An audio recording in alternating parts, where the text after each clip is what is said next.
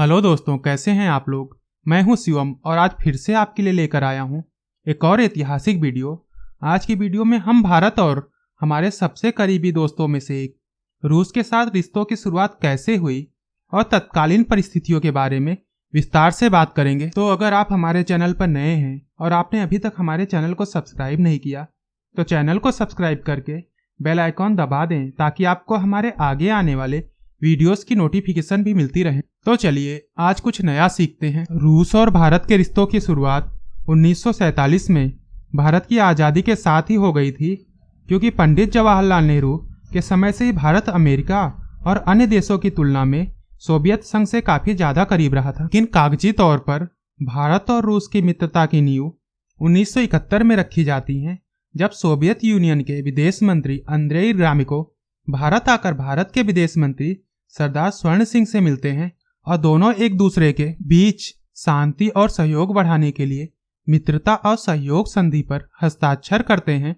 और उसी समय से भारत और रूस अनेकों मुद्दों पर आज एक दूसरे के साथ खड़े हैं। एक प्रमुख मुद्दे हैं राजनीतिक संबंध, रक्षा के सहयोग, आर्थिक संबंध, परमाणु ऊर्जा, आंतरिक सहयोग को बढ़ावा देना, विज्ञान और प्रौद्योगिकीकरण और सांस्कृतिक संबंधों को बढ़ावा देना प्रमुख मुद्दे शामिल हैं। तो आइए समझने का प्रयास करते हैं कि आखिर ऐसे क्या प्रमुख कारण थे जो कि भारत और रूस दोनों को एक दूसरे के इतना करीब ले आए। तो पहले हम यह समझने की कोशिश करते हैं कि भारत के लिए रूस इतना जरूरी क्यों है। सबसे बड़ा मुद्दा था अमेरिका की पाकिस्तान से नजदीकी। शीत युद्ध कालीन में अमेरिका पाकिस्तान से काफी ज्यादा करीब था और सभी विदेश नीति और अन्य वैश्विक नीतियों पर पाकिस्तान के साथ खड़ा दिखाई देता था। इसीलिए अमेरिका और पाकिस्तान की गुटबंदी का जो भारत पर दबाव पड़ रहा था, उसे कम करने के लिए भारत को किसी मजबूत साझेदार की जरूरत थी, जो कि भारत को सोवियत यूनियन के काफी ज्यादा करीब ले जाता है। दूसरा महत्वपूर्ण मुद्दा था चीन के दबाव को कम करना। भारत 1962 में हुए इंडो चाइना वार में हार कर अपनी काफी ज्यादा जमीन गंवा बैठा था, और जैसा कि हम जानते हैं चीन हमेशा से विस्तारवादी नीति पर चलता रहा है। तो चीन के विस्तारवादी नीति से सुरक्षा पाने के लिए भी यह समझौता महत्वपूर्ण था। भारत और रूस की दोस्ती का तीसरा और महत्वपूर्ण मुद्दा है संयुक्त राष्ट्र में समर्थन। रूस संयुक्त राष्ट्र परिषद का अस्थायी सदस्य है और वह वीटो पावर भी रखता है, और उसने अनेकों बार अपने वीटो पावर का इस्तेमाल भारत की भलाई के लिए किया है। और साथ ही रूस हमेशा से ही भारत का संयुक्त राष्ट्र में अस्थायी सदस्य बनाए जाने की मांग करता रहा है। साथ ही रूस भारत की परमाणु आपूर्तिकर्ता समूह एनएसजी का भी अस्थायी सदस्य बनाए जाने वाली मांग का संपूर्ण रूप से समर्थन करता रहता है। आइए अब उन बातों पर प्रकाश डालते हैं कि रूस के लिए भारत इतना महत्वपूर्ण क्यों है, जिसमें सबसे महत्वपूर्ण मुद्दा है अमेरिका के प्रभाव को कम करना। रूस एशिया तथा विश्व के दूसरे देशों में अमेरिका के प्रभाव को कम करने के लिए भारत के साथ आया, क्योंकि उस समय एशिया के दो देश पाकिस्तान और चीन काफी ज्यादा अमेरिका के प्रभाव में थे। जिसमें दूसरा महत्वपूर्ण मुद्दा है चीन के प्रभुत्व के खिलाफ संतुलन। चीन तेजी से अपना प्रभुत्व बढ़ाकर एशिया का सबसे ताकतवर देश बनने की होड़ में लगा हुआ था। तो एशिया में चीन का दबाव कम करने के लिए रूस को भारत की जरूरत जान पड़ी, क्योंकि भारत और रूस दोनों ही चीन के पड़ोसी हैं। तो भारत की मदद से रूस चीन पर दबाव बना सकता था। तीसरा और महत्वपूर्ण मुद्दा है यूरेशियन व्यापार को पुनः जीवित करना। शीत युद्ध के दौरान अमेरिका और यूरोपियन संघ ने सोवियत संघ पर अनेकों प्रकार के व्यापारिक प्रतिबंध लगा रखे थे, जिस कारण सोवियत संघ की आर्थिक स्थिति काफी ज्यादा कमजोर होती जा रही थी।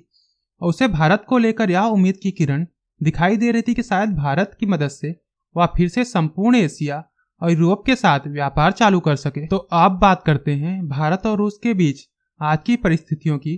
तो भारत की अमेरिका के साथ बढ़ती नजदीकियों के कारण भारत और रूस के रिश्तों में थोड़ी खटास तो आ गई है, लेकिन दोनों अभी भी परस्पर अनेकों वैश्विक मुद्दों पर एक दूसरे के सबसे बड़े सहयोगी बने हुए हैं। 2017 में भारत और रूस के बीच वार्षिक व्यापार 10.17 बिलियन अमेरिकी डॉलर तक पहुंच गया था, जिसमें कि ऊर्जा, कृषि, रक्षा, धातु विज्ञान, नागरिक उड्डयन, बुनियादी ढांचे, विज्ञान और प्रौद्योगिकीकरण तथा अंतरिक्ष विज्ञान प्रमुख व्यापार के केंद्र हैं।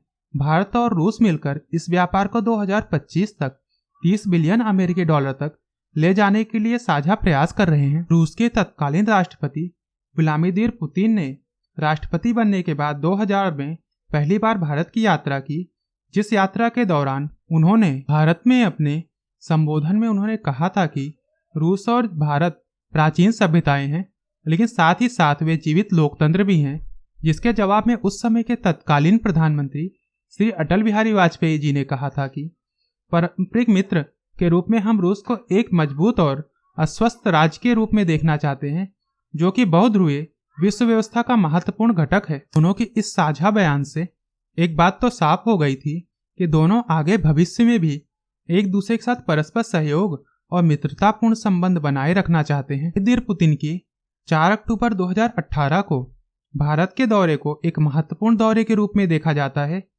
जो कि दोनों देशों के बीच आई आंशिक दूरियों को हटाने का एक साझा प्रयास माना जाता है, जिसमें भारत और रूस के बीच करीबन 19 महत्वपूर्ण समझौतों पर हस्ताक्षर हुए, जिसमें कि आंतरिक रक्षा और ऊर्जा प्रमुख मुद्दों में शामिल थे। लेकिन पिछले कुछ दशकों में भारत और अमेरिका कुछ ज्यादा ही करीब आए हैं।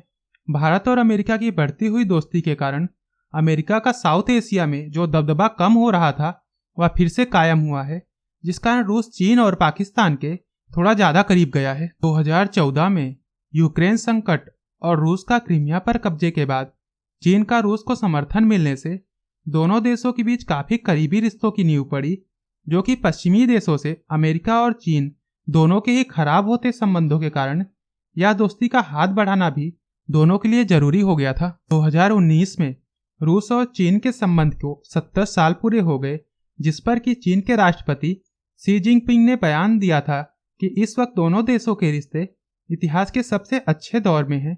1950 के दशक से आज तक रूस और चीन कभी इतने ज्यादा करीब नहीं आए थे। अब दूसरे भी कई वैश्विक मुद्दों पर रूस और चीन खुलकर एक दूसरे के साथ खड़े दिख रहे हैं, और भारत चीन के बीच आपसी संघर्ष को देखते हुए यह भारत के लिए एक चिंता का विषय है। चाइना और रूस ने रूस के साइबेरिया में युद्ध का अभ्यास किया, जो कि 1981 के बाद रूस का किसी भी देश के साथ सबसे बड़ा सैन्य अभ्यास था। वहीं Stockholm International Peace and Research Institute के अनुसार 2000 से 2012 तक भारत की कुल हथियार आवश्यकता का 79% रूस प्रदान करता था, जो कि पिछले कुछ सालों में घटकर महज 62% ही रह गया है। वहीं दूसरी तरफ पाकिस्तान की भी करीबी रूस के साथ बढ़ती जा रही है। इस कारण पाकिस्तान की हथियार की खरीद भी रूस के साथ बढ़ती जा रही है, जो कि पिछले साल बढ़कर $2.1 करोड़ तक पहुंच गई थी। अमेरिका पाकिस्तान का सबसे बड़ा हथियारों का निर्यातक हुआ करता था, अब वह रूस हो गया है, क्योंकि अब पाकिस्तान अमेरिका पर अपनी हथियार आपूर्ति की निर्भरता घटाना चाहता है। चीन और पाकिस्तान के साथ बढ़ती रूस की करीबियों को लेकर भारत को विवेचन करने की जरूरत है कि हमारे संबंध रूस के साथ पहले की तरह कैसे हो पाएंगे, क्योंकि शायद राजनीतिक और कूटनीतिक रूप से भारत के लिए यही सही होगा। अगर आपको हमारा वीडियो पसंद आया हो तो वीडियो को लाइक, कमेंट और शेयर करना ना भूलें। जय हिंद, जय भारत। मिलते हैं अगले वीडियो में।